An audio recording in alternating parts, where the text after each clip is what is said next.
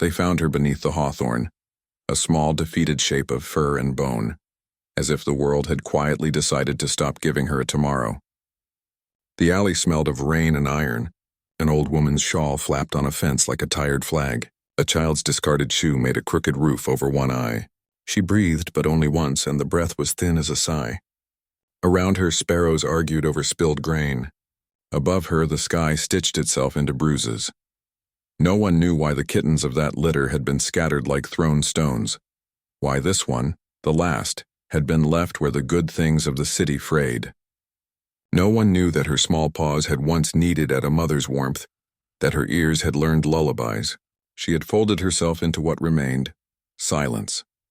Yet for one passer-by, the sight broke something deeper than curiosity, a gravestone of habit, a long and quiet grief, and in that fracture a choice uncoiled. For stories begin not in the grand parades of fate, but in the soft, stubborn decision to bend toward mercy. He picked her up, and the city held its breath, waiting softly then. The man who found the kitten had fingers like folded maps, creases of a life read too many times, and a name that the town had shortened to an old, soft consonant, Mr. Ainsley. He kept to the edges of days, as people do who have learned grief as a geography. His wife had gone the winter before. The house had not so much emptied as settled into a new, colder shape. Dishes waited in one room. Her slippers remained where she had last set them, patient as unpaid debts. The clock in the hall still kept its manner of time, but its ticks measured a smaller realm. The world, where once his life had worn a full collar, now sat at the table's far side and drank tea politely. Mr. Ainsley's ordinary world was of small, careful things. He had been a carpenter once, a maker of angles and mercies, and he kept 3 surviving plants on the windowsill, a scarred rosemary that smelled of kitchens and summers, a trailing ivy that sought his hand like a remembering thing, and an old hawthorn sapling in a cracked teacup, whose leaves he had coaxed from a memory of a house they had once loved. The hawthorn had been his wife's insistence. "We shall have a tree even if it must live in a cup," she had said, laughing, and so he tended it as if tending the shape of her mouth. That sprig was a small stubbornness against absence, the way some people keep a folded ribbon in the drawer. He kept a habit, too. He walked the same lane at the same lightless hour, the hour between night and any sensible morning, when the city muttered and the dust had better manners. There were reasons why the human heart takes to certain rhythms. Mr. Ainsley had taken to that hour because it let him be unnoticed. He could pass the cafe that had become a cold stool. He could avoid the bakery that had taken to using too bright sugar to buy attention. At that hour he was a man folded into the seams of the city, and nothing about his ambling troubled the listless world. It was in that hour, on a day draped in drizzle, that the city laid a quiet surprise at his feet. The kitten's behavior, her refusal to move when a sparrow brushed her cheek, the slow and deliberate closing of her eyes as if saving energy for a future not yet granted, spoke of a decision more than a condition. She did not reach for his thumb. She made no complaint when he touched the fur at the small of her neck. She lay as if she had learned to be small so that the world might forget her faster. Her breathing was a faith too fragile for the world and yet fiercely present. Mr. Ainsley had not meant to bring the kitten home. Such choices are often a protocol of small rebellions. One soft hand, then another. Then the house rearranges itself around a new habit.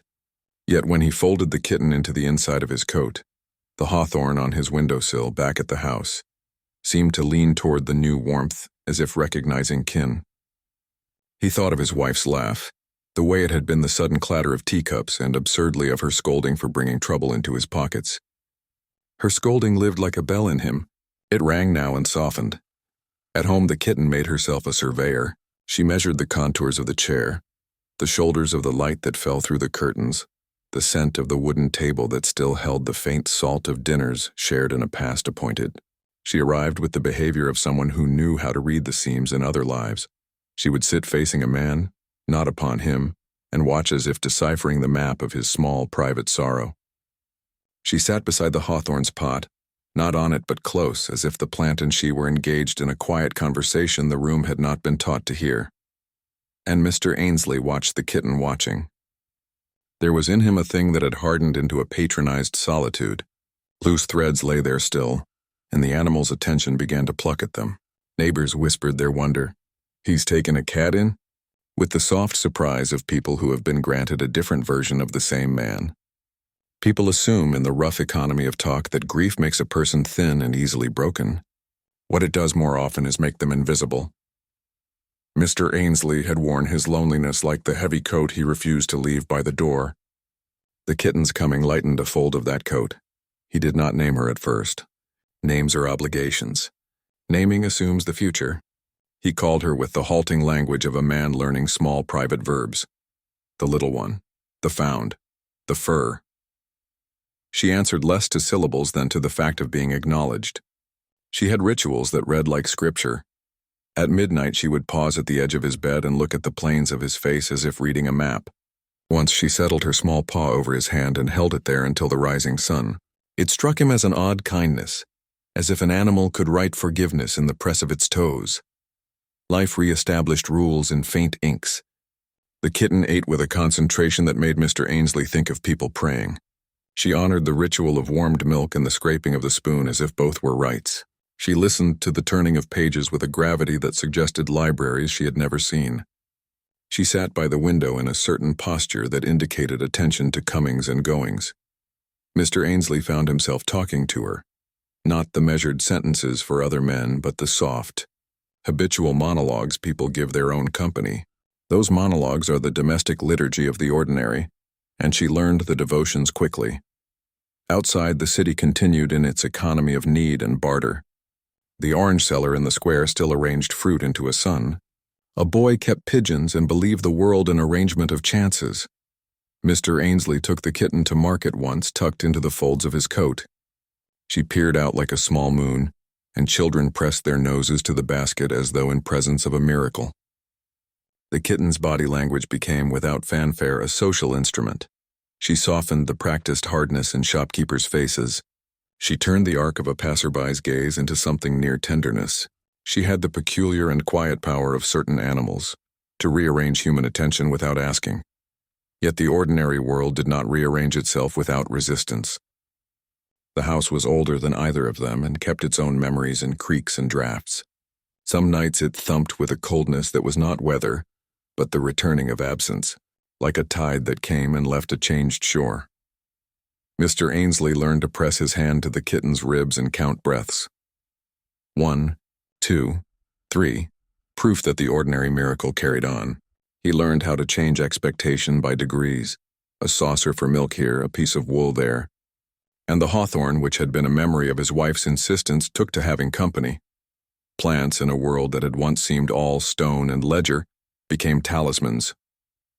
The rosemary, brusque and aromatic, became a witness to meals resumed. The ivy's tendrils found the edge of the windowsill and curled like listening ears. The hawthorn held the oldest secret. It had been a token from his wife's mother, a bean of memory surviving moves and funeral. It had once been a jest, a tree in a teacup, and as jokes often do, it preserved the roofs of more fragile things. When the kitten brushed against the hawthorn, a pale bud trembled into being, and Mr. Ainsley took this as if it were a small benediction.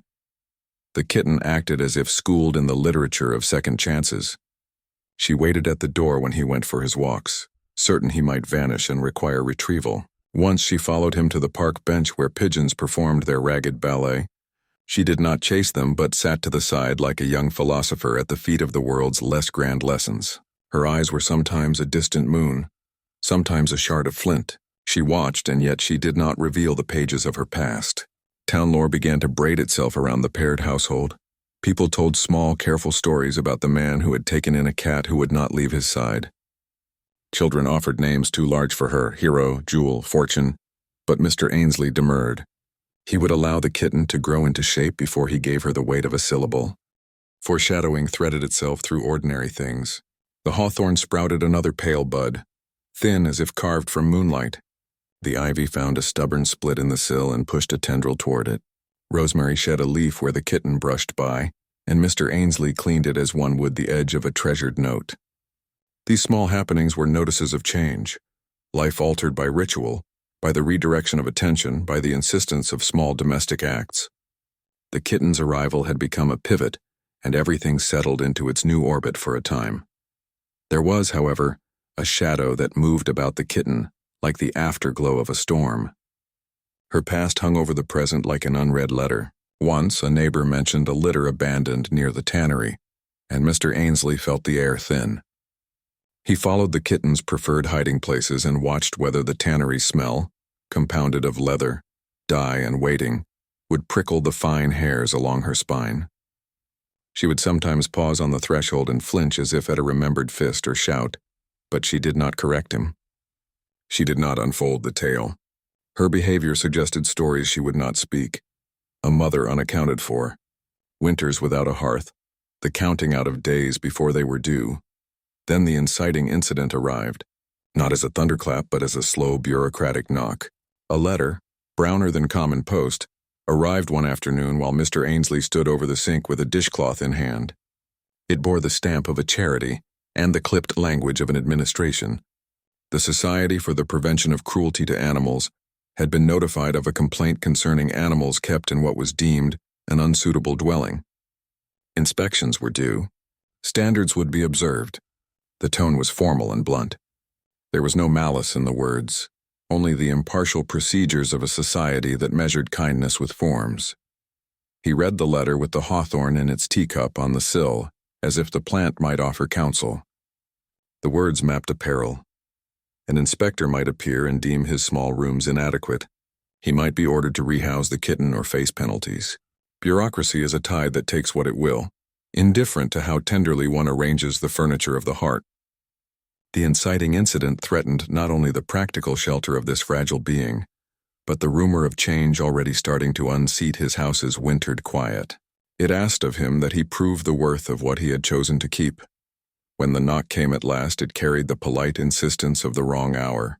Mr. Ainsley, who had rehearsed both reticence and compliance, held the kitten close enough to feel the steady press of her heart. He opened the door to a neat uniform and clipped questions, the smell of forms and stamps about them. The world suddenly required proof. The house, his ordinary world, shuddered at that threshold, and inside him a transformation began to unfold, subtle as the hawthorn's new leaf. He could not deny the warmth that had returned to the rooms. The cups rinsed, the closet straightened. The presence of the kitten had done more than lend comfort. It had taught him to make room. Now the world asked a price, whether that fragile, bright thing would be allowed to live in a world of rules that do not always value such brightness, would be tested.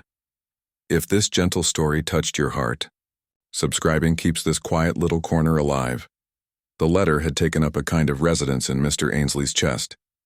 It was a tidy thing, official paper, courteous verbs, but it sat there like a pebble in a shoe, a small and persistent discomfort. Days folded into the habit of waiting for a knock, and every door that sounded made his hand go to where the kitten slept, as though by touch he might file her under the correct rubric. Safe. The town carried on. The baker still scored his loaves with the same neat knife. The milkman called the hours like a small, resigned bell. But there was a new current under the usual tide. People who had once known Mr. Ainsley as a man of habits now saw him as a man keeping an impossible appointment with kindness. Conflict learns, like a cat, to be patient. It waits in shadow and grows bolder with small feeding. In the weeks that followed, the ordinary disturbances of life acquired edge. The inspector's letter prompted an inspection. A neat woman in a gray coat who arrived with a pad of forms and the smell of public business about her. She was not unkind. She was by trade precise. Her questions were the thin kind that ask more than they show. Where did you find this animal? Is she vaccinated? Do you have documentation proving ownership? Documentation in human terms is the net by which one proves that the thing in your hands may remain therein. Mr. Ainsley had receipts for bolts of wood and for milk. He had none for a life found beneath a hawthorn. The inspector's concern introduced the first complication. A neighbor, Mrs. Kitten, who kept her hedges in military rows and her opinions in a ledger. She had observed in careful increments that Mr. Ainsley's curtains had been open more often of late. She had seen children stop at his gate and laugh at a soft head that peeked. She had a habit of carrying town matters to their tidy conclusions. If an animal was present without paper, then a complaint could be made. She was not cruel. Cruelty has a style of its own. Mrs. Kitten had the cold armor of propriety. When Mr. Ainsley heard from the society that a complaint had been filed, He felt as if he had been indicted not for ownership, but for daring to rearrange the household clock. A stack of sanctioned forms came to his porch, and the house which had once been a museum of a marriage now felt exposed like a specimen under a lamp. There were questions he had not prepared to answer. How had he the right to keep astray? Who could testify that her purring was not a nuisance? The neighborly ledger began to balance itself in a new arithmetic. The kitten, who had learned the choreography of their home, watched the grown-up storms with a small, consuming curiosity. She pressed her whiskered face to windows and listened as if the sound of words might change meaning, if heard in the right angle. She was, in her behavior, determined to add up to something. She took a liking to standing upon the sill beside the hawthorn and tapping the pot with a tiny forepaw, as if to stir whatever small faith might be rooting there. In afternoons of rain, she would nap with the rosemary and exhale in the fragrant scribble of leaf-scented airs. People took to saying, with a pleased surprise, that the cat had already become a visible punctuation in Mr. Ainsley's life. But troubles have a way of accruing, not unlike the dust that finds the corners of rooms unbidden. The inspector's visit had prompted more than forms. It had set gossip free. The tannery's lads, boys who had long known the alley's bargains and their ghosts, began to remember more kittens than had been convenient.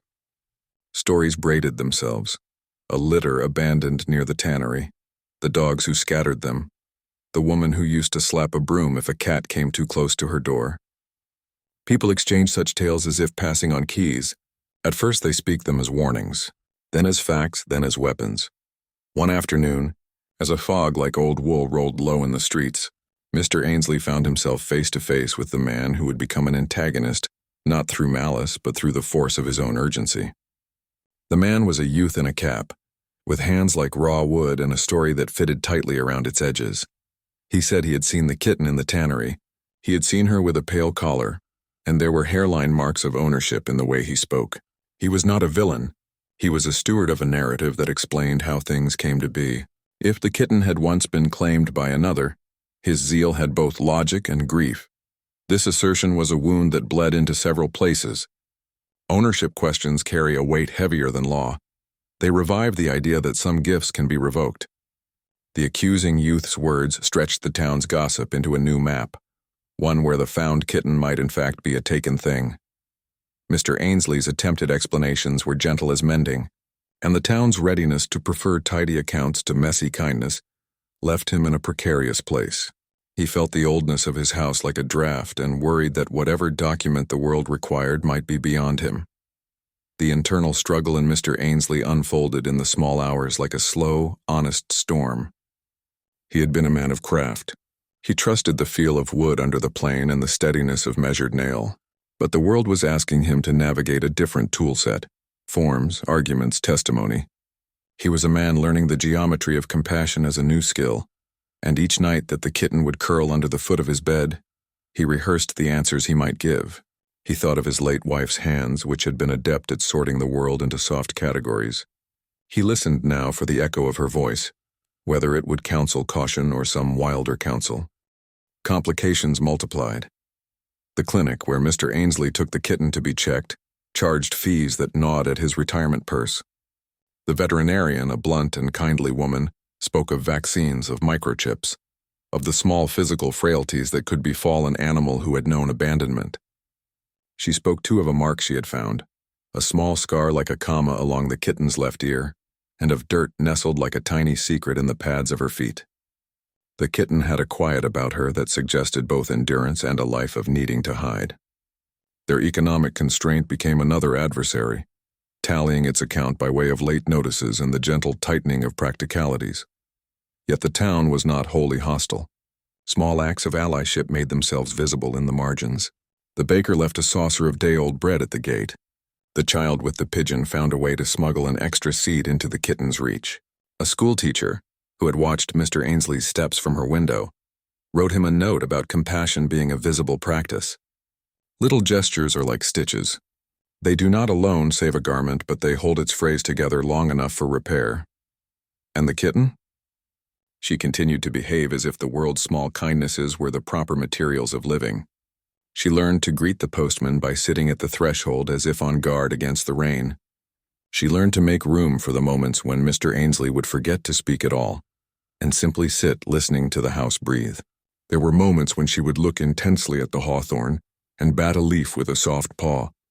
It seemed to Mr. Ainsley that she believed the plant answered back, that together they were amending the ledger of absence. As tension mounted, so did the town's curiosities. One afternoon, a paper arrived with the bluntness of a weather report. The society requested clarification of ownership and required that all animals be either registered or delivered to a shelter pending appeal. The options presented were stark. Mr. Ainsley could surrender the kitten to the society's care, with the remote hope of reclaim, or he could prepare to face a hearing where he would present his case. He felt the tick of a new clock, one that would demand he render his claim to kindness into language the bureaucracy could weigh. Here the character arc deepened. Mr. Ainsley's internal conflict hardened into action. He could, as his late wife might have counseled, step away and preserve his dignity against the risk of confrontation. Or he could learn a different kind of courage, to argue, plead, and expose the tenderness of his life to a system that preferred signatures to stories. He chose the latter. He began to collect evidence of what the kitten had done, not bills but testimonies. The children who visited the gate scrawled little notes about how the kitten had made them smile. The baker wrote a sentence about mornings that seemed less heavy now. The schoolteacher offered a note about social care and the value of animals in human recovery. This campaign of small witnesses felt to Mr. Ainsley both foolish and necessary, as if kindness itself were a petition that must be signed. It was an odd, humbling business to demonstrate warmth. He learned how to write with a pen that trembled at the ink's edge. He learned, too, that a paper signed by a dozen neighbors could be a shield against the neatness of forms. The hawthorn's bud opened in one of these days into a small, thorny blossom, white as an agreement, and Mr. Ainsley took the sight for an omen. He placed the blossom in his pocket like a coin and walked to the society's office with a stack of handwritten notes that smelled of dust and human hand. At the society's door, he met the woman again, the inspector, who received his packet with the same professional calm. She read each note and at last looked up with eyes that had the small softness of someone who has seen many petitions. Rules, she reminded him gently, had to be upheld.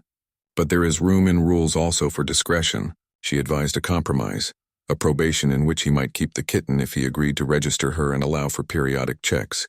The town's legal lattice had not fully cut his tether. He left the office buoyed on a reckonable hope that he would keep the found thing who had found him. The victory was tempered quickly by another complication. An anonymous letter slid beneath his door, the paper rough as cloth and the ink sharp as an accusation. It contained only a sentence. Animals belong to those who can prove them. The line was unsigned and precise. It felt like a cold hand upon the back of his neck. The kitten, attuned to small air, nosed the paper as if puzzled at its hardness. Mr. Ainsley, reading and rereading the sentence, felt an old fear resurface. The fear that the world will find ownership more convincing than the truth of a heart's testimony. Then there were more practical storms. A winter of thin money found him forgetting to pay a heating bill. The lights cast a thin lamplight and demanded choices between tea and oil. The shelter's fees for microchipping and registration were modest, but sufficient to force a decision. Take the cost and secure the kitten's legal status, or risk a later seizure with no legal claim. Mr. Ainsley worked wood in the mornings, building a box for the hawthorn as a joke, and by evenings he would sell small carved spoons in the market for coin. He ate less than he used to, which is a dull way for a man to keep his dignity. Complications became more intimate. The kitten, who had always been a quiet companion, began to form odd habits. She would wake and wander in the small hours and stare at the closed bedroom door, then race to the windowsill and stare at the street. She would sometimes paw at the lintel as if measuring a climb she was not yet ready to make. Once she yawned and revealed a small, strange set of teeth not unlike tiny chisel points. Mr. Ainsley wondered at this, and wondered at the depth of the past that had left its marks in such ways. The decisive turn, the turning point that cut the map into two, arrived on a day of frost. It was ordinary in the beginning. Mr. Ainsley had sold 2 wooden spoons to a woman who smelled of cinnamon and memory. He had gone home with a pocket clatter of coins. He put the coins in his tin and warmed a bowl of soup. The kitten, who had been dozing by the hawthorn, woke and seemed insistent on attendance. She pawed at his sleeve and led him to the window. And when he followed her gaze, he saw across the street a figure who stopped the world like a stone dropped into a pond. The figure was the youth from the tannery, but he was not alone. He had brought with him a man in a black coat, someone whose boots cut the gutter with authority, whose manner suggested more than local claim. He pointed toward Mr. Ainsley's house and said a sentence loud enough to be heard, the sound of a stone striking glass. "That kitten is ours. We found her on our property. You must return her." Mr. Ainsley felt his insides turn into a small, stubborn machine. The youth's claim echoed in the ears of the town, and people began to press their faces to windows, making of bystanding a curious court. The man in the black coat produced a small photograph and held it up as if to prove not only possession but betrayal. The photograph was grainy but readable, a picture of a small cat with the same scar and a pale collar. The Tate of proof, that modern liturgy, shone in its small rectangle of ink. Mr. Ainsley did not, in that snow-starred moment, remember what courage really felt like.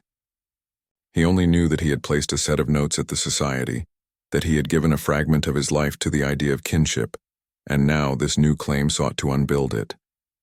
He could see the inspector across the road, watching with a face that balanced procedure and pity. The turning point had been crossed. He could surrender the kitten to the man who claimed her, or he could refuse and fight the claim.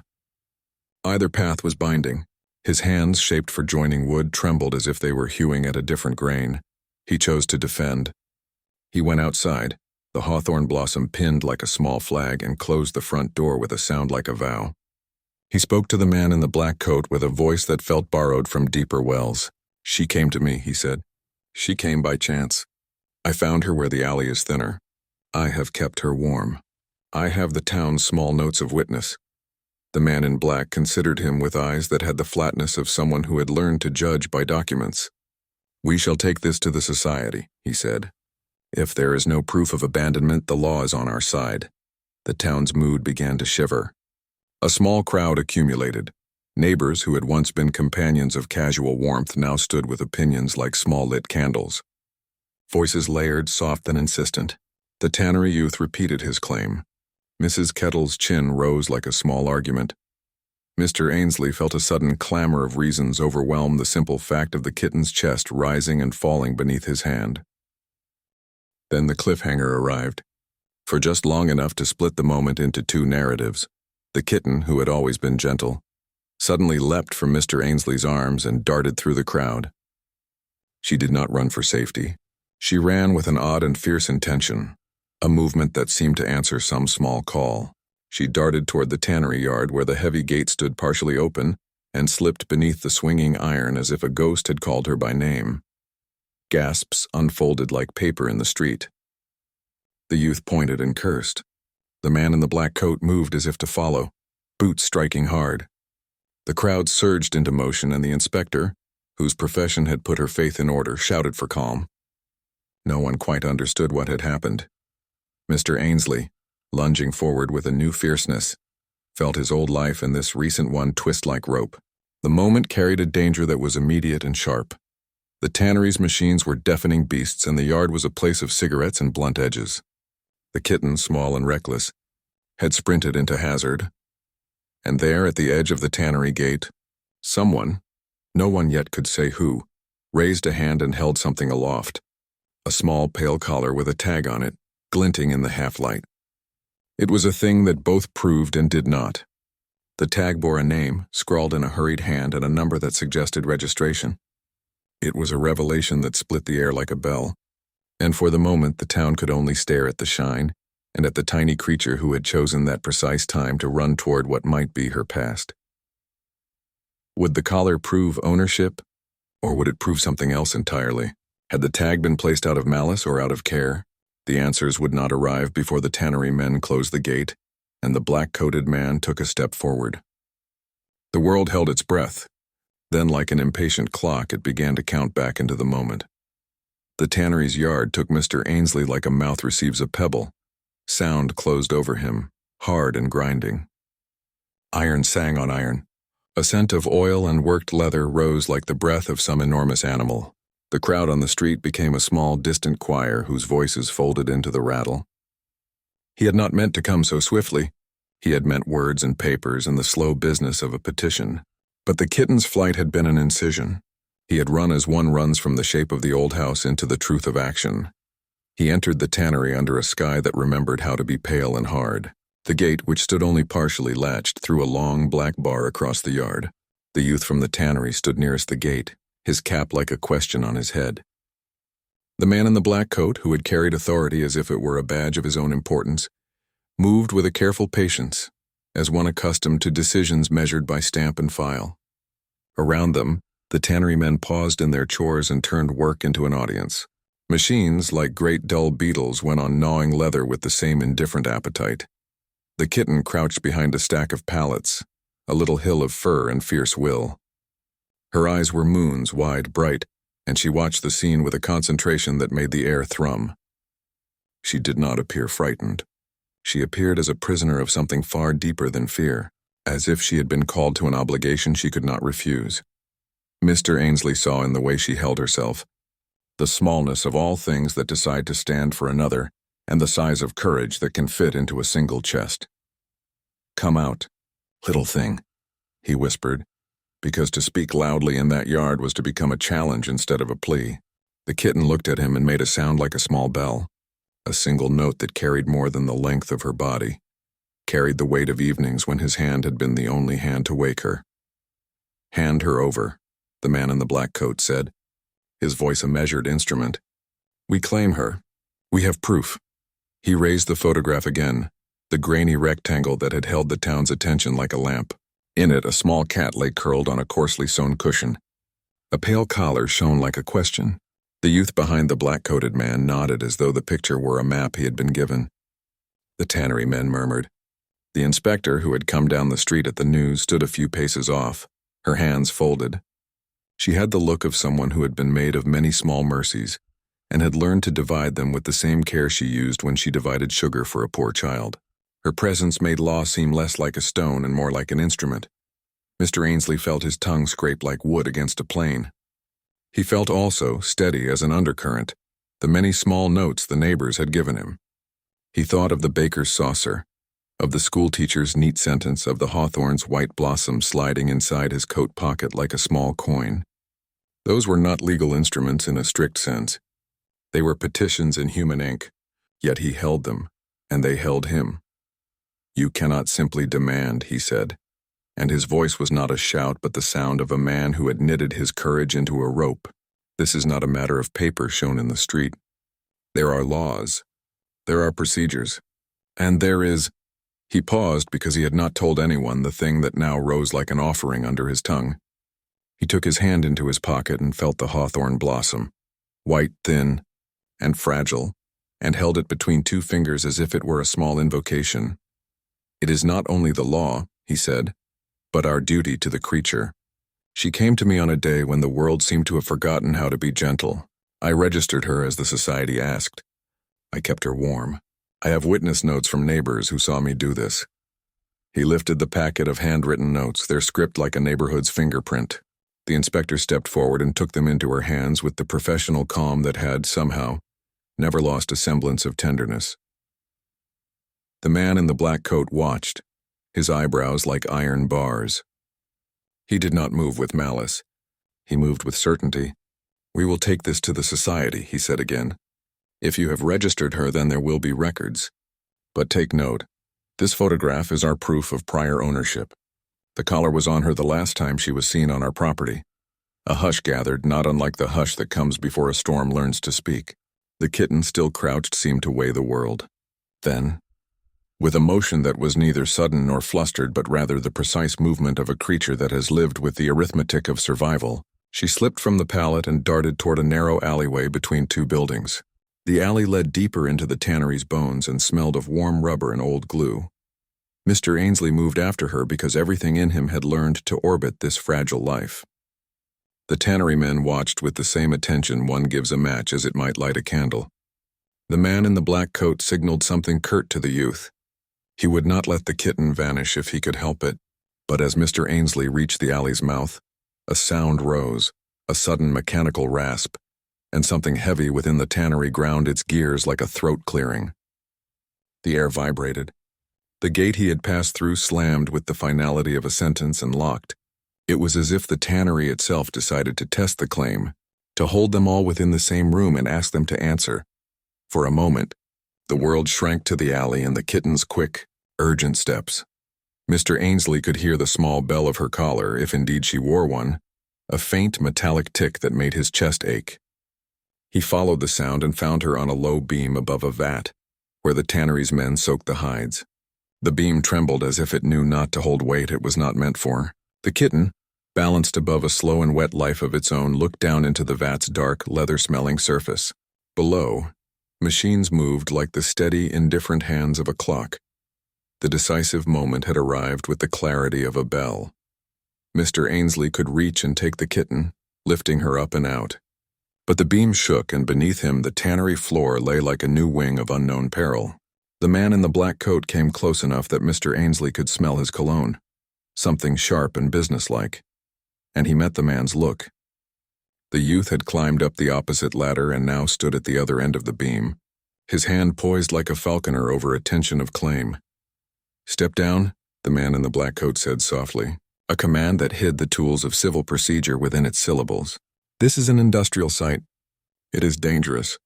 We will—" He let the sentence hang like a rule and made a movement as if to summon assistance. "No," Mr. Ainsley said, and the word stripped the polite varnish from his voice. "No, she is mine in the only way that matters. She came to me. I am her keeper." The youth laughed then, but the laugh was edged with the nervousness of a boy who had not thought his game might become a moral struggle. "You're an old man who found a cat," he said. "We'll see what the society thinks." The beam creaked. The kitten shifted, and Mr. Ainsley's heart recalculated risk and found only one currency that had value: immediacy. He climbed then, by the old carpenter's sense of balance that had been his trade, up onto the beam. Wood knew him. It accepted his weight like a familiar handshake. The tannery men turned their faces away. For some part of town, etiquette forbids watching a man risk himself when pain is possible. The man in the black coat called to the inspector, who had now entered the yard, and she began to ask that the men below make the area safe, to take precautionary measures. The ladder rung creaked under Mr. Ainsley's foot. His hands found the kitten's flanks. She did not struggle. She folded into him like a small conviction. The beam shuddered like an old animal, and a bolt of fear ran up his arms. He climbed down with the kitten held to his chest and felt, as if a tide withdrew, the world's immediate breath. For a time no one spoke. Something in the tannery's collective heart had changed its shape and made space for the small act of rescue. But rescue is seldom a full resolution. The man in the black coat still held the photograph and the collar that had been shown like a proof. There was an edge to his look, an impatience that was less about law and more about possession. He put the collar upon the beam beside the kitten as if to reclaim her by proximity. The collar was a small circle of metal with a tag, its engraving faint from wear. It gleamed dully in the tannery light. "See?" he said. "She belonged to us." The inspector, who had seen many small human tragedies, stepped forward and asked for the microchip to be scanned. She had no presumption, only procedure. A veterinary technician among the tannery men produced a small scanner used in their own animal handling sessions. Someone, by chance, kept such instruments for the dogs that guarded shipments. The scanner was an instrument of truth that required no eloquence. Mr. Ainsley felt his chest constrict, because he had thought the registry uncertain. Had he, in the weeks between the inspector's probation and the tannery's claim, done the necessary? He remembered nights working to scrape together coin, the jeweler's clerk's quarter turn of a head. He remembered the clinic's steady woman who had stamped his receipt and asked gently whether he was sure he wanted the microchip. "It will link her to you," she had said. He had been sure. He had paid haltingly as if each coin were a confession. He had thought small acts could be turned into documents of belonging. The scanner clicked to life. It washed the kitten's shoulders with a tiny blue light. The tinny tone that followed sounded like a small bell. A number mapped onto the device's screen, compartmentalized and factual. The tannery men peered. The man in the black coat waited, his jaw like a hinge. The technician tapped the number into a small book. An old, scratched ledger that connected to no great database but to local records. and then looked up with an expression that broke what still remained of the tannery's pragmatic calm. "It's registered," he said. The word was a stone thrown into a still pond. "Registered to—" He read from the ledger, and his voice carried in the tannery like an announcement. "Registered to an A. Ainsley, address 12 Willow Lane, registered date 2 weeks ago." A ripple of astonishment made faces soften. The man in the black coat's jaw flexed and then slackened. The youth paled as if someone had unthreaded his confidence. He had a photograph, yes. He had a collar, yes. But registration is a fact that sits within a ledger, and ledgers are the mind of civic bodies. Mr. Ainsley felt something hot and sweet in his chest. Relief, yes, and a strange, terrible gratitude that the small acts had been sufficient to translate tenderness into proof that mattered. But the victory did not arrive as a full, clean thing. The man in the black coat's eyes remained hard with a new idea. "Registration can be forged," he said, as a professional might point out the existence of shadow currency. "Collars can be borrowed or planted. You have proof you kept her, but perhaps she belongs to someone with a greater claim. You say a photograph shows her. Perhaps an owner will appear." At his words, the youth took the collar in his hand and held it up. "This belonged to Elsie," he said suddenly, and the word struck the tannery like an old bell. "Elsie?" he repeated, small as if rolling a stone with a child's tongue. "She was my sister. She carried this cat on a string every summer. When she left—" He faltered, the boy's speech breaking into the rawness of a time when the world took a piece from him and never gave it back. "When she left this collar." A hush settled so absolute that even the tannery's beetle machines seemed to lower their heads. The name Elsie hung in the air, soft as a memory and impossible to ignore. Mr. Ainsley felt the sound of his late wife's name shimmer against it. How often names make rivers intersect. The kitten lifted her head and met the youth's eyes. There was recognition in that small meeting, an acknowledgement that may have been of scent, of pattern, or of something the world does not teach us to name. The youth's voice gained a little strength as he continued. "We never knew what became of her. She went away. Some think she ran off. Some think—" His voice dissolved into a landscape of could-bes. This was all she left that had meaning. Now the tannery's claim assumed the shape of a story many townsfolk knew. A missing child. A necklace of memory, the recoil of grief. The man in the black coat stood straighter as if shaped by the gravity of an old pain. People leaned in because human curiosity is a hand that wants to hold things together. They wanted to know if the kitten had been Elsie's last token, and if that token might now return to the family that had lost one of its own. Mr. Ainsley realized, with the sharpness of someone who has been reading a different map, that the kitten was no longer only a creature in danger of being taken by law. She had become an artifact in a story of loss and possible restitution. The inspector, who had the patience to see human transactions as complicated ribbons of need, closed her notebook and looked at him with the steady gaze of someone who must now weigh two kinds of caretaking, the technical and the moral. "You say you registered her," she said quietly. "That is weight. But we must also consider, if the kitten was indeed attached to a missing person, then perhaps the proper course is to try to make contact with any kin. If the youth's claim is true, this may be more than a matter of shelter." The youth's anger had receded into stunned hope. He reached into his pocket and drew out a photograph, the same grainy one, this time with a margin note in a crabbed hand. "Elsie, summer '09. The town's faces softened further. The tannery men, who had spent their lives handling thick hides and the coarse geometry of trades, found themselves recalling children they had known. Lost summers in the weight of a collar like a small, stubborn compass. Mr. Ainsley felt the tug of two truths, the kitten's present home and the possibility of her being a remnant of someone's vanished life. He thought of his own losses, the slow removal of a presence. He thought of the hawthorn blossom still pressed in his pocket like a witness. He opened his hand and let the small white flower rest upon the wooden beam where the collar lay. The act was quiet but precise, an offering of memory placed beside claim. The man in the black coat studied that blossom with a fissure of something like doubt in his face. He could have argued then, used law like a hammer. Instead, he asked the inspector for time to contact the society and the records of missing persons. The inspector agreed. Time here was not a reprieve but a sieve, something that would filter rumor from fact. The crowd dispersed in uneven groups, gossiping in ways that made the tannery sound like a churchyard where people trade eulogies. As Mr. Ainsley walked back across the yard, the kitten tucked into his arms, she made a small sound of contentment, less a mew than the settling of small obligations. He felt the weight of the crowd's stares and the youth's hollow hope. He thought that perhaps the truth would be simple as a ledger entry. Perhaps not. There were no guarantees life would prefer neat endings to awkward realities. He took the kitten home under a sky that had resumed the modest business of being evening. The town had turned its head and left him to the weight of his house's hush. He placed the kitten upon the windowsill beside the hawthorn. The plant which had weathered the weeks of uncertain light unfurled another pale leaf as if to salute the small victory. He made a tea and sat by the table, the packet of witness notes now heavier with the knowledge of what could be at stake. He felt both triumphant and hollowed. Triumph because the microchip's small proof had held, hollow because the kitten's past had become a blade with two edges. Days stretched thin as waiting. Letters might arrive. People might call.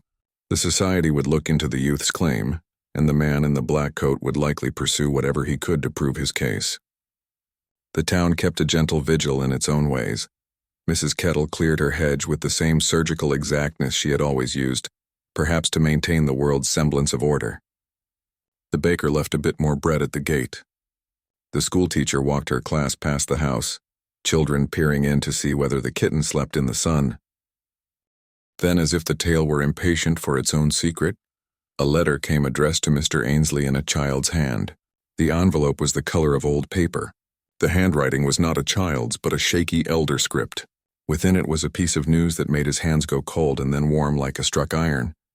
The letter said simply, "Elsie was not lost by choice. She was taken. We think she might have gone to the north with a woman whose face no one remembers now but who loved cats. We have been searching. If your kitten may have been Elsie's, please come to the registry on Thursday." The registry. The tannery's claim had shifted. There were many more threads now, and some of them led away from simple ownership into the realm of the vanished. The man in the black coat had not known, perhaps, what he had sparked. The name Elsie slid into Mr. Ainsley like a piece of a map that revealed a new country. He could see the youth again in his mind's eye, the way his voice had trembled when he said his sister's name. Grief is often the engine of claims, and grief, when it finds a small thing that might belong to a remembered person, turns into a most pressing plea. As the day of the registry neared, the town watched with a mixture of curiosity and the hunger for a tidy ending. But life, like a good fable, rarely offers the tidy. The registry's room smelled of guarded paper and old tea. Men in coats arrived with a seriousness that made Mr. Ainsley feel like a man carrying a relic to a court of small saints. The inspector sat opposite him, her notebook open. The man in the black coat sat to one side, composed as a judge. The youth held the photograph like an ache.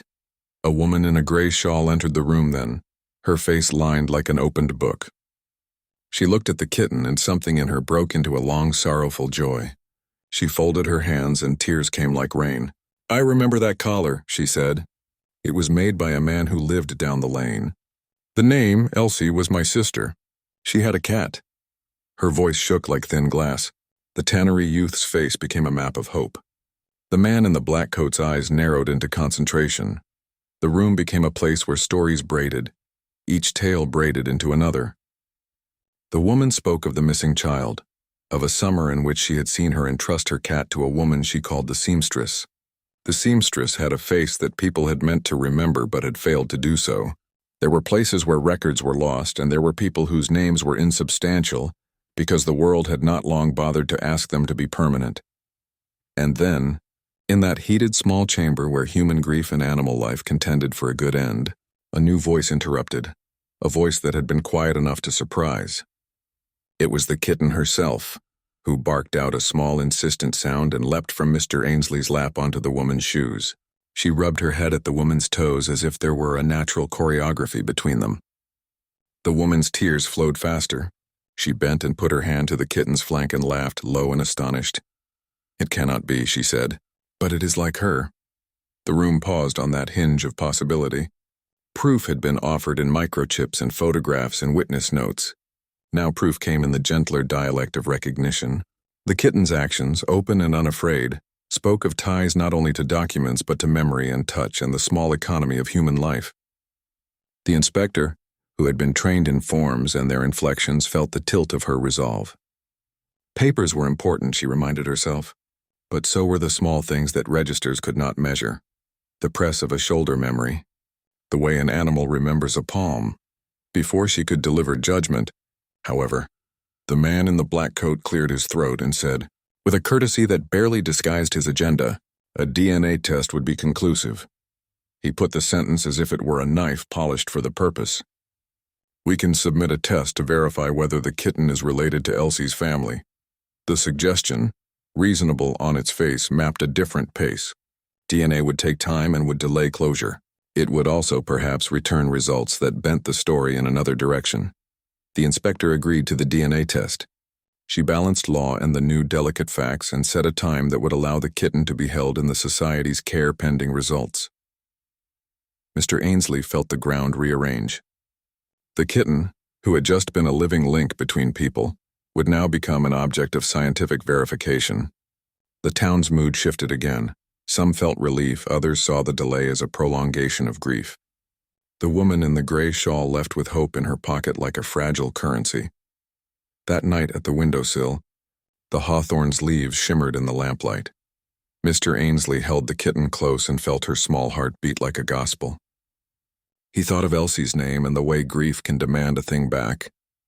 He thought of the youth who carried a photograph and a wound. He thought of the man in the black coat and his taste for rectitude. He thought, too, of the town's witness notes, of the dentist's neat script, of the baker's saucer. There were no easy endings.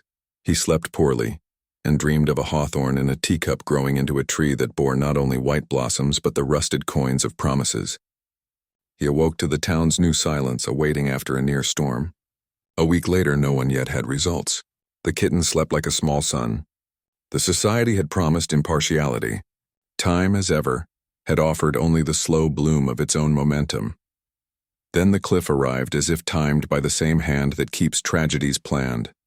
A telegram in the late afternoon, its paper folded and severe. The message was short. It read, DNA pending, unexpected complication, report immediate. The words were a small official hammer. The inspector called Mr. Ainsley at once and asked him to come to the registry. He hurried, leaving the hawthorn under the kettle's shadow, and took the kitten with him because to leave her in the house felt like abandoning the story mid-sentence. In the registry waiting room, the man in the black coat paced and the youth sat with his photograph folded like a talisman. The inspector motioned him in, closed the door, and said with the kind restraint of someone who must now play both judge and comfort, "We have results sooner than anticipated. But there is something odd. Oddness in official language is rarely trivial. It hints at a divergence from the simple pathways that documents prefer." The inspector's face, usually an even plane, showed that she had seen something that made the ledger's lines wobble. "The DNA," she began slowly, "does not match the family's record in the way we expected. There is a relation, but not the direct line one would hope for. It suggests—" She stopped because there was no comfortable way to put the discovery. "Suggests what?"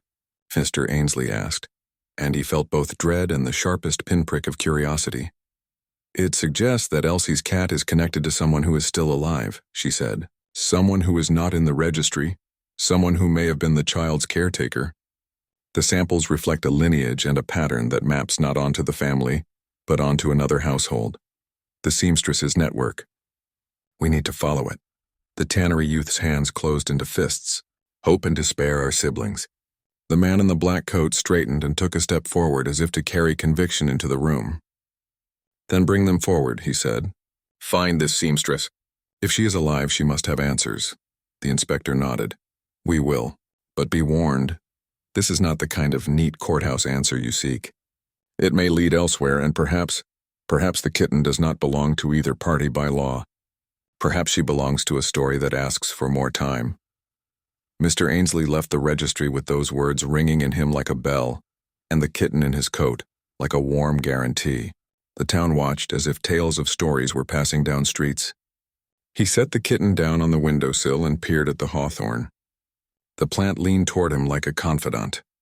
He could sense the moral of the moment tightening into a shape he had not yet the words to describe. Then, as dusk came, the phone rang. The voice on the other end was clipped, professional. It was from the society. The line said only 4 words before it stopped. "We found the seamstress." The pause that followed had the density of a good plot. The voice resumed, measured and small. "She is in the north. She is not who we expected." And then the line went dead. There, in the thin light of the kitchen, with the kitten pressed against his chest and the hawthorn's petals whispering against the window, Mr. Ainsley understood that the climax had not yet resolved all questions. The truth had begun to arrive, and with it, all the complications effective truth tends to bring. The kitten's past had opened like a small door, and now the rooms beyond required keys. Would he follow? Would he let the kitten's past be the compass that removed her from his home? Would he instead stake his claim to a new life in the face of other people's grief? The decision hung between him and the small animal who had changed the weather of his house. As he placed the hawthorn blossom upon the sill beside her, the question pressed against the window like a hand. Would you stay if you were in their place? The road north was a long ribbon pulled through country that had learned to speak in quiet accents. Hedgerows knitted like old hands, fields that breathed steam at dawn, and puddles that kept the sky in their palms. Mr. Ainsley traveled in a coat that had been patched for years. Each meant a small history of usefulness, and he carried the kitten in a basket lined with the hawthorn's white blossom, as if the plant's small benediction might steady their journey. He had never imagined himself a traveler in the way the town thought of. Travelers, those who left things behind, to find new names, but grief has a way of drafting ordinary men into journeys they would not otherwise choose. The decision to go north was not a heroic accord. It was a simple answering to a ringing bell. Who else, if not someone who had chosen this small life, would see its continuity through? The train's ribs clicked like a metronome and set the rhythm for his thoughts. He watched the kitten as she examined the passing world with eyes that took in both detail and the pattern beneath it. Occasionally she would tuck her head beneath the hawthorn blossom and purr, as if the plant's smell told stories of whole seasons she had not yet lived through. Mr. Ainsley found that, as distance stretched between him and Willow Lane, he could feel the town's soft constellations of witness follow, notes from neighbors, the baker's extra loaf, the schoolteacher's folded paper, settled into his pocket like talismans. The hawthorn in its teacup had been a token at home. Now its blossom was a passport, an emissary carrying memory from one place to another. The seamstress's town was small enough that names repeated themselves like tiles in a mosaic. She was called Mrs. Bramley in the registry's records, but the villagers still used the old trade name, the seamstress, as though it were a proper noun for a weathered virtue. The cottage they led him to lay in a lane that smelled of soap and boiling broth. Outside, line-dried sheets snapped like small flags. When Mr. Ainsley knocked, a woman opened the door with the slow surprise of someone who has few visitors who arrive holding such small, odd cargoes of hope. Mrs. Bramley was older than he expected. Her hands were the braids of a life spent in the close business of repair. She listened to the story as if it were a stitch to be inspected. The kitten stood on Mr. Ainsley's knee and watched her with the same directness she had shown the woman at the registry. When the seamstress murmured the name Elsie, spoke it like someone remembering a child at play, her face lined with a softness that felt like a window opening. "There were many children," she said, and the words were not a refusal, but the map of a dispersed kindness. Some stayed, some were put to other roofs. "Elsie, yes, I remember a child with laughter like spun sugar. She had a cat once. Or perhaps the cat had her. Time plays tricks when one keeps much seam and a few seams wear thin. It was here that the falling action bent from legalities into the broader human truth the inspector had warned of. How many lives are knotted together by care that leaves no neat ledger entry? The seamstress told a tale shaped by small mercies. How 10 years before, a gangly girl with a strip of sunburned hair came to her door with a small bundle and a story of escape. She had said that she wished only to sleep, that the world had been too loud and too sharp for a child who loved a cat. The seamstress had shelter for some nights. For longer, she had little. The cat had remained, she said, a small companion who kept the nights from being entirely empty. People come and go with their pockets of sorrow, she said. I sew and I keep what I can in the hems. That cat could have been Elsie's, or she could have been borrowed by sorrow. Her voice in that small house allowed for ambiguity. She had learned that truth is often not a sword but a subtle measure of need, the DNA's strangeness suggesting connection to a network rather than a single family, found its explanation in the seamstress's story. There had been no neat transfer of ownership but a slanting of care. Children brought to the seamstress for a night or a week, sometimes stayed, sometimes left. Collars were made and given, tags datelined names that were helpful in a small age. The collar found in the tannery might indeed have come from Mrs. Bramley's shop, a maker's humility cast in brass and stamped with a simple number. It could have come from 1,000 hands. The photograph could have been taken by a neighbor or by a stranger who thought a collar made the picture complete. Such is how artifacts travel, by being useful. Mr. Ainsley listened and felt the heavy, subtle relief that comes when a story's raw edges begin to be sanded down. The youth's claim, the man in the black coat's rectitude, the registrar's ledger, all found new relatives in a seamstress's small truth. That sometimes belongings are less about possession and more about function. The kitten, who had been a fulcrum on which two narratives balanced, had been in more places than any single claim admitted. Yet human hearts prefer clearer closures than a seam will offer.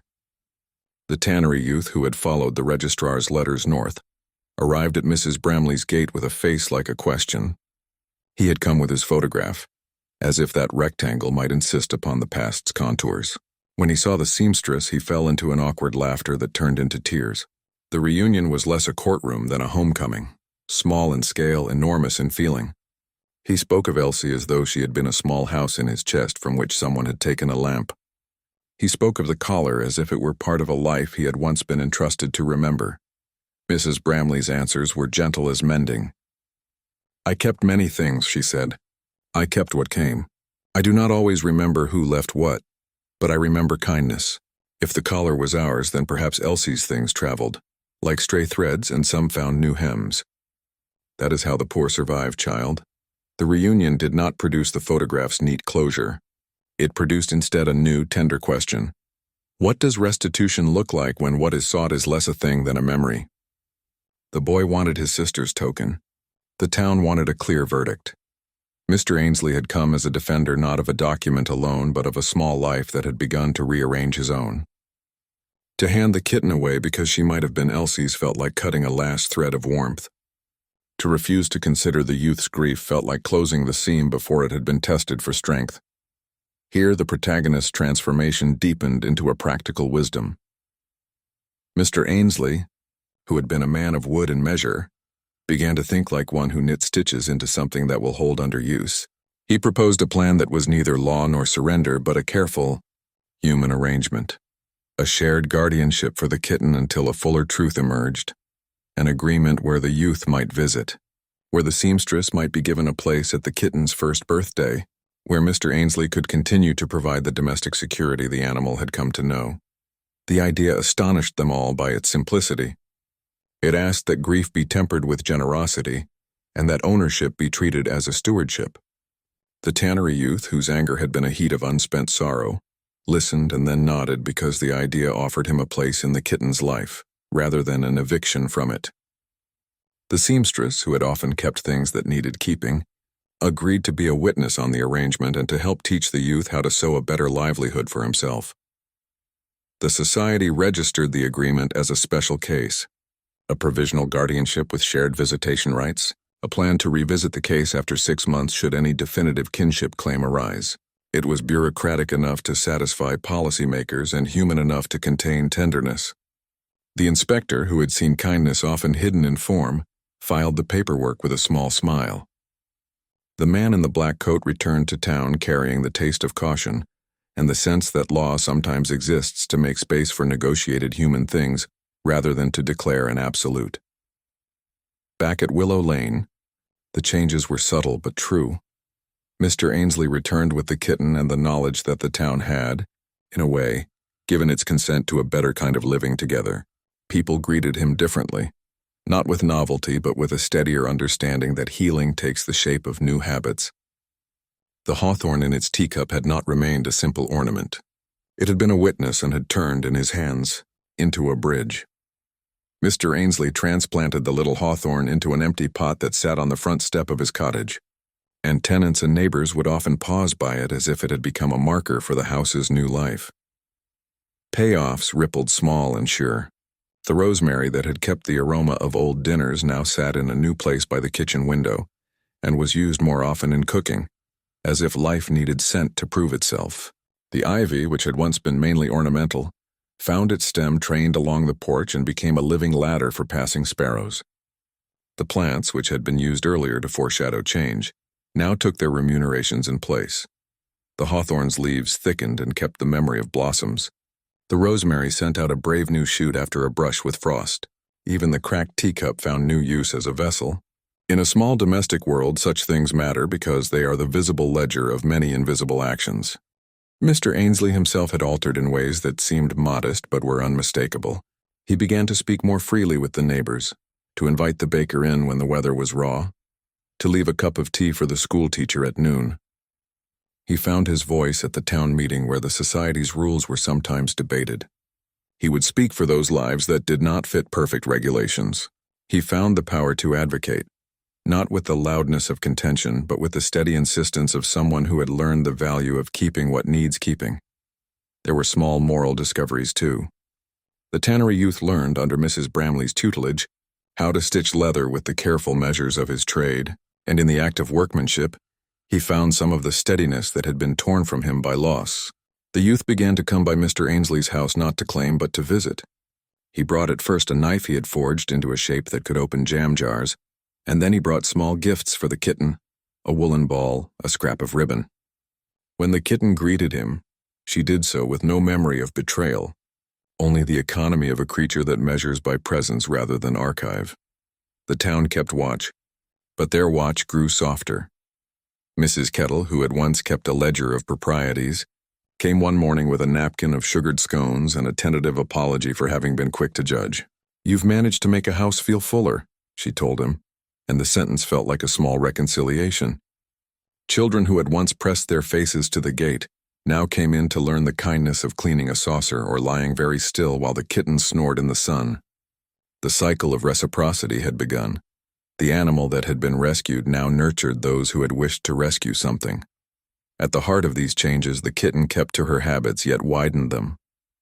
She began to meet the youth at the gate and to hop in his lap as if that action were a promise the world had made. She let the seamstress finger her ears and, in the seamstress's hands, found the safe pattern of a life that had always included kindness. She learned, too, that her microchip, this small piece of technology that had once seemed only a bureaucratic precaution, also mapped a modern kind of belonging, an intersection where caretaking and law could coexist. Her small collar, now polished and re-looped, carried both names, a token of where she had been and of where she had come. In quiet moments, Mr. Ainsley sat by the window and watched the life he had tried to keep from grading into memory, instead unspool into a new readable cloth. He thought often of the seamstress's phrase that people keep what they can in the hems. He understood that he too had been keeping something in the hem of his life, the memory of his wife, the hawthorn's insistence, and now the kitten's simple, steady presence. Mrs. Bramley had mended the world in the way seamstresses do, one stitch, then another, so that an inheritance of kindness might pass into the ordinary. And yet there remained in the house a question that would not be fully answered by time alone. If the kitten had been connected to Elsie in some way, what of Elsie herself? The registry had found no conclusive record of her life beyond the young years spoken of in the seamstress's estimate. Some stories simply slid between the ledger's lines. Some people left the town with no return address. The youth, learning to mend leather, spoke less now of anger and more of making a space where memory could breathe. He and Mr. Ainsley walked the market together sometimes. Two men of different ages who shared a quiet. One of them had learned to keep the world softer. Here, in the falling action, the moral contours of the tale settled into a gentler slope. The central conflict, the question of rightful ownership, had been met with a resolution that was not a conventional victory nor a surrender. It was a negotiated life. The town had chosen to hold a little creature in common custody, to allow grief to have a place without making it a weapon. The immediate danger had been diffused. The principal antagonist, if one could name such a man in black coat and polished leather, had receded into civility, his purpose served by formality. The narrative's pressure dropped like the tide after a wave. Before the end of the season, the kitten performed another small miracle that paid off a promise made early in the story. She curled, one autumn morning, on the hawthorn's new leaves and slept as if she were knitting dreams into the plant's roots. Mr. Ainsley, seeing the sight, understood that plants and creatures in that house had become witnesses to one another. The hawthorn's growth, first bud, then blossom, then steady leaf, was no longer merely symbolic. It was proof that small care returns in living shapes. The rosemary's scent now seasoned breakfasts, and the ivy shored up the sill when children leaned upon it. These were minor recompenses, but in their modesty they were profound. On the day Mr. Ainsley set out to visit the registry one last time to confirm the formal arrangements, the kitten surprised him by slipping from her mat and placing a small damp object upon his shoe. It was a tiny thread, no longer than his thumb, perhaps from a seamstress's pocket or the youth's first leather work. He picked it up and smelled another life in it. Boiled mutton soup, fresh horsehair, the dust of a traveling cart. The kitten rubbed her cheek against his knee and seemed to say, in the only language she had, that stories, like threads, might fray only to be rewoven. There was a quiet question that the town now asked less of as accusation and more of as wonder. Can a single small life alter the sum of many? Mr. Ainsley's answer was unfolding in the pattern of days. He had been a man who kept his grief like a shutter closed against the sun. In learning to open the shutter for a small creature whose life had been nearly forgotten, he had found that the light that returned did not erase sorrow, but made it possible to sit within it with another. He had stitched an ordinary life into a fabric that could hold this new blessing. The saving was not complete, for some losses carry too deep to be unmade, but the process of craft matters. It makes a home where once there was only a memory. At the registry's doors, Mr. Ainsley left a note of thanks to the inspector and a small sprig of rosemary folded into the pages. An unspoken gift for the woman who had balanced law and conscience. The youth left a leather token with the seamstress. Mrs. Bramley left a scrap of cloth that had once been Elsie's. Its print faded, which she offered as a keepsake. The town, in its many small acts, had learned to accept complexity. People began to speak of custodianship rather than ownership, of shared grief rather than singular claim, and so, when twilight settled over Willow Lane that evening, and the kitten leapt to the hawthorn's pot and slept like a small bell, whose ring softened the night, Mr. Ainsley sat back in his chair and felt that a great movement had occurred in the house. A grain of his solitude had become a shared hearth. He walked to the window, touched the teacup that had held the hawthorn when it was smaller than a thumb, and smiled in the quiet way of men who have learned to keep small promises. Has an animal ever changed your life in a way you didn't expect? The town's answer was already forming in small acts. More visits, more patience, the practice of bringing an extra cup of tea to someone who was alone. The falling action of the story held the town in a new posture, less sharp, more ready to mend, so that whatever resolution awaited them could be welcomed with both care and courage. The knot had not yet been entirely untied.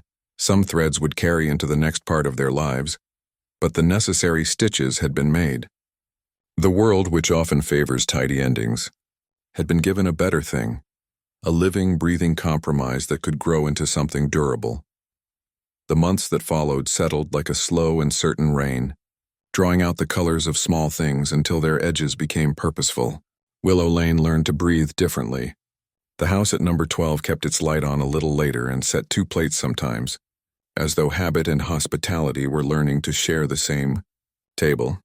Mr. Ainsley's hands that had once measured plank and nail, and now measured spoons and teacups in the width of a kitten's spine, moved with a new economy.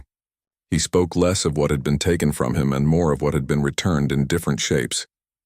The hawthorn grew, as hawthorns will, patient and thorny and beautiful in odd weather. Its branches made a small map of shade on the step, and children liked to press their palms against its pod as if finding geography in leaves. It was a long work, settlement, and work, in the end, is a way of becoming. The youth from the tannery, who had once come with a photograph clenched like an answer, now came with folded leather that smelled of smoke and a new steadiness about his shoulders. He had learned to repair the world with hands that found the arc of stitch and seam. Under the seamstress's tutelage, he had learned to make a living honest enough to stand in the street without the tremor that grief gives a man.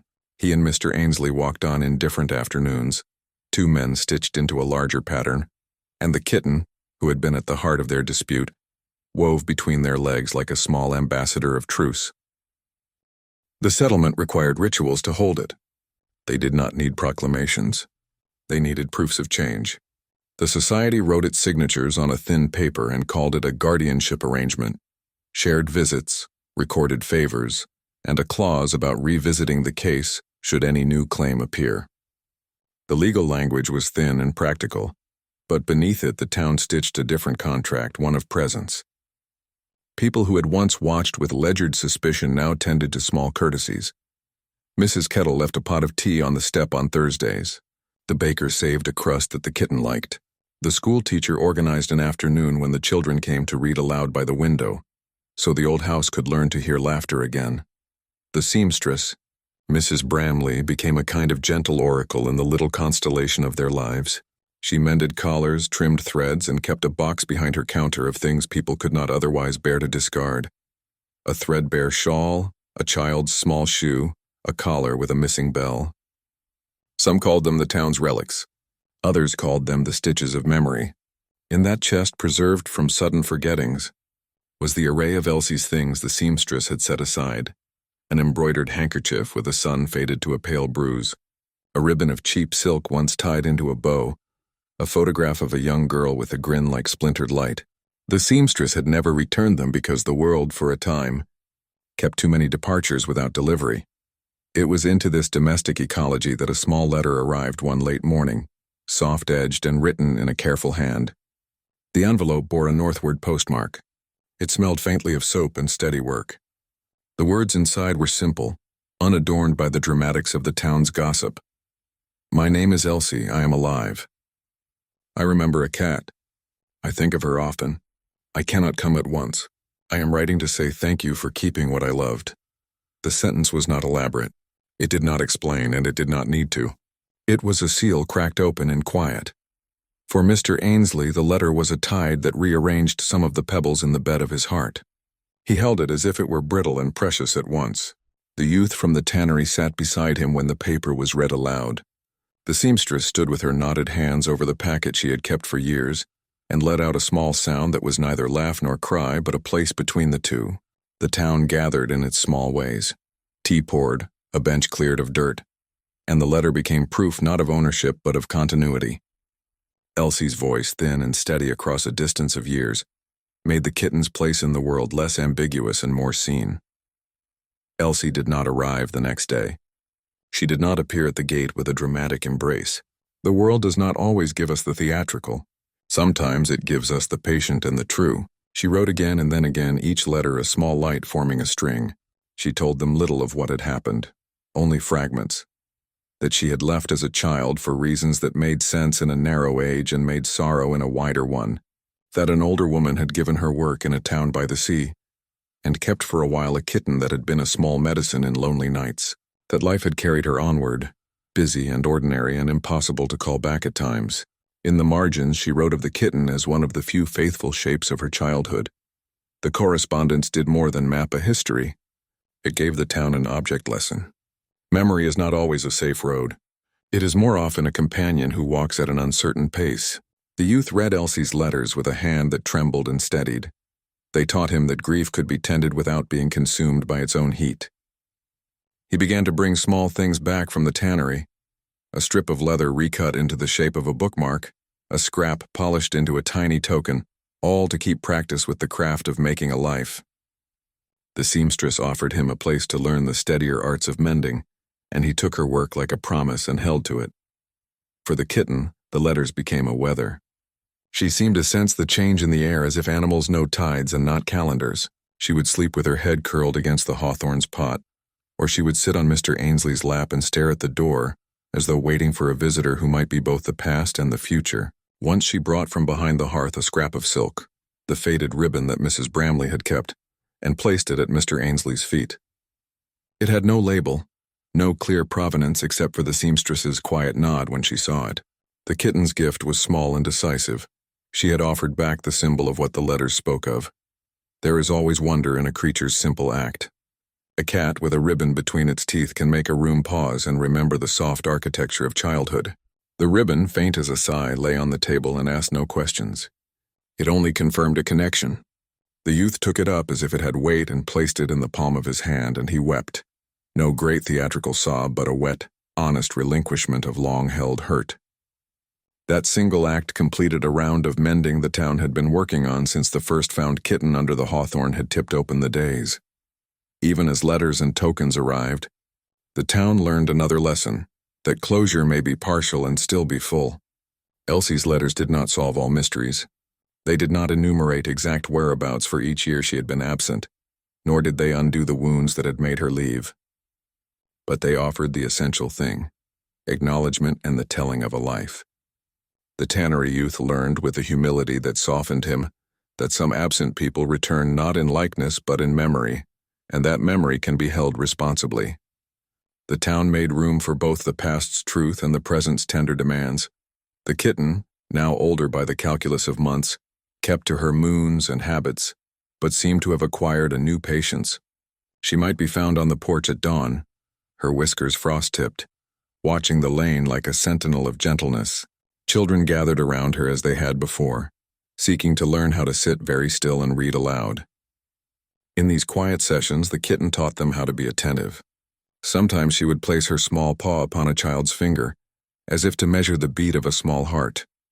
Sometimes she would chase an unthreatening moth and return exhausted, triumphant as if victory were a minor everyday thing. She had become not merely a possession or a proof, but a living sign that the ordinary could be made extraordinary by the care given it. And what of Mr. Ainsley? He found that in giving the kitten room to be both his anchor and the town's mirror, he had been refitted by gentleness. He started to invent little comforts around the house that were not for himself alone. A small shelf of second-hand books labeled, "Take a Tale, Leave a Tale," a saucer where the baker's extras could be laid for passers-by, a seat by the window where the seamstress could sit and sew and speak. He helped the youth with plans. The boy would set up a small stall to sell mended leatherworks and cutlery he had learned to finish. Mrs. Bramley offered to buy the first dozen. The town's economy of smiles and skill began to tilt toward mutual aid as if the kitten's presence had been a lever for a different kind of commerce. The plants that had once been foreshadowing objects now played their closing parts in a small ceremony of daily life. The rosemary, which had scent like memory, was used to season the first supper Mr. Ainsley and the youth shared as a small household of neighbors. The table held the rosemary sprig like an old friend. The ivy climbed anew along the porch rail, offering shade and a place for fledglings to test their wings. And the hawthorn grew beyond its teacup, at last coaxed into a small pot that sat by the gate, its branches forming a tiny leafy arch. It bore a promise now not of a single household but of the street itself, a living marker of the day when an abandoned life had altered the ledger of many. There arrived, one afternoon, a visitor. Not Elsie, but a woman who carried the steady stamp of a town official and a softness that made pens fall into the palms of honest people. She had been sent by a distant registry to compile a record, and she brought with her an envelope containing a photograph and a name. The photograph showed Elsie as a woman grown, a face that included both the child's grin and a gravity the years had placed upon it. In the photograph, the woman wore a coat of nondescript wool. In her lap, a small cat lay curled, eyes like closed moons. The name was a small legal tether, not a chain but a promise. Elsie now had a place, a job that involved caring for children in a town washed by salt wind. She was not in a position to return any time soon, the official said, but she had sent a note to say that the kitten, the one the town had been arguing over, had been a shape that kept her whole at a time when she had been afraid to know the world. She had loved that animal and had meant in the small way of a reckless child to hold on to it, but she had not been able to do so. She thanked Mr. Ainsley and the community for holding what she once left behind. The words were not triumphal. They were modest as good bread. The youth closed his eyes and breathed as if letting the pressure blow out of him. He and Mr. Ainsley sat together on the step while the kitten trotted in circles, tail high like a banner. The town had been given neither vengeance nor absolution. It had been given an ending that felt truer, because it refused to pretend events were other than they had been. Elsie's voice, carried by the official, stitched one more seam. The kitten was not stolen, nor was she forever the property of a single family. She had become, instead, the center of a communal story that had taught the town how to keep what it valued. Thereafter, life acquired a rhythm gentle as a lullaby. The youth learned to plant seeds of his own. He set up a small workshop and sold small goods that were honest in their use. The seamstress taught extra classes to teens about how to mend clothing and unwrap the dignity that comes from making something last. Children who had once loitered at fences now helped the baker sweep his stoop as part of a rota. The kitten grew in years and spirit, and with each year, became less of an urgent need and more of a fixture of domestic joy. She would once a year walk to the hawthorn and scratch the earth at its base as if to water old promises, and the town had come to interpret that smallness as benediction. The final gift, the last small, plain miracle, arrived on a morning washed clear by rain. Mr. Ainsley came to the table to find, upon his saucer, a single tiny thing, a small coin of copper, flattened and polished by months of being kept in a pocket that had held more than money. It was the kind of thing a child might treasure as a token, the kind of thing a seamstress might stitch into a hem to keep a memory from slipping. The coin had been laid there by the kitten, who had nudged it with her paw and then sat back to watch him notice. It was a quiet offering, nothing legal, nothing spectacular, only the world's simplest economy of return. He picked it up and thought of all the small economies that had been rebalanced by a single small life. The coin was not a resolution in and of itself. It was a signpost. It said that in a town where people had once learned to count loss as a solitary thing, they had now learned to count common care. The world, which often feels keenest when it divides into winner and loser, had been taught that there is a third measure, one of mutual keeping. The coin slid into his pocket and the kitten rubbed her head against his knee, purring as if to say that promises, when kept, make less noise and more warmth. There is, in the end, a moral that resembles a seed. Tenderness is both work and recompense. The kitten, who had been rejected once and had almost given up on being anything at all, had owed no moral obligation to Mr. Ainsley or to the town. She had been an animal breathing in a world of choices, yet by being present, by being small and persistent and faithful to the rhythms of a house, she had taught many human hearts something they had forgotten: how to tend without counting returns, how to hold a claim in the palm of openness rather than the fist of possession. Her final gift, the ribbon returned, the letter received, the coin laid upon the saucer, were not dramatic absolutions. They were the gentle arithmetic of living, small debts repaid in kindness, not ledger. There remained mysteries. Some questions the story would not answer. What precisely had caused Elsie to leave as a child? How many nights she had been without? What other small things she had carried away or given? The world keeps such notes private, and perhaps that is mercy's secret. But where there had once been a single discarded life, there was now a tapestry of sympathy. Each person who had once stood suspicious at the gate had learned to look through the bars and see not trespass but need. They had also learned to argue less and listen more, to sign petitions of witness in ink that smelled of human hand. When autumn came and the hawthorn shed its leaves in a slow, golden expenditure, Mr. Ainsley sat by his window and counted the small facts of his life. A cup that warmed the hand, a plant that kept a memory, a cat who had once wanted only a lap and who now returned small, steady gifts. He had become, like many who find themselves adjusted by grace, someone who kept a ledger of kindnesses rather than losses. He had learned a quiet courage, the courage required to let tenderness be visible even when the world demanded proof. The final image the town kept, one that would be told and retold when nights felt too long, was of the kitten, older now but with the same decided chin, walking up to the hawthorn and sitting beneath it as if beneath a cathedral. She looked at the world with eyes that had seen leaving and coming, and she looked as if she understood what she had done, not simply to survive, but to educate those about her in gentle philosophies. The hawthorn in turn bent one small branch as if to touch her head, and a leaf drifted down to rest on her shoulders like a benediction. In that quiet, the moral of the tale sealed itself, not as an end but as a living thing that would continue to teach. You stayed with me till the very end. Thank you. If it felt like a soft purr in your heart, subscribing helps me share more stories like this.